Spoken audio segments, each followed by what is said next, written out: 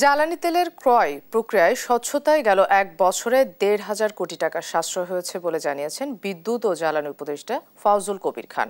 রোববার রাজধানীর উন্নয়ন গবেষণা প্রতিষ্ঠানে নিজের লেখা বই বাংলাদেশের রাজনৈতিক অর্থনীতি শীর্ষক গ্রন্থের মোড়ক উন্মোচন অনুষ্ঠানে একথা বলেন। এ সময় উপদেষ্টা বলেন, তার 3 মন্ত্রণালয়ে গেল 1 বছরে 45,000 কোটি টাকা বাজেট সাশ্রয় হয়েছে বলেও জানান উপদেষ্টা।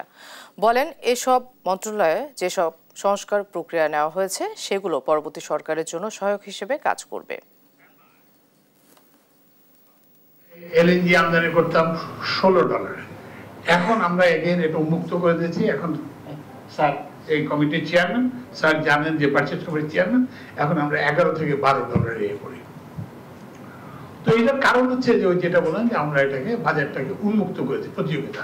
আমি যে 3টা মন্ত্রণালয়ে দেখি 45,000 কোটি টাকা কাটছে। কিভাবে খরচ কমাইছি? একটা হচ্ছে ওই যে বললাম যে কম্পিটিশন, আমরা কম দামে জিনিস কিনি। তারপরে হচ্ছে অপ্রয়োজনীয় প্রকল্প।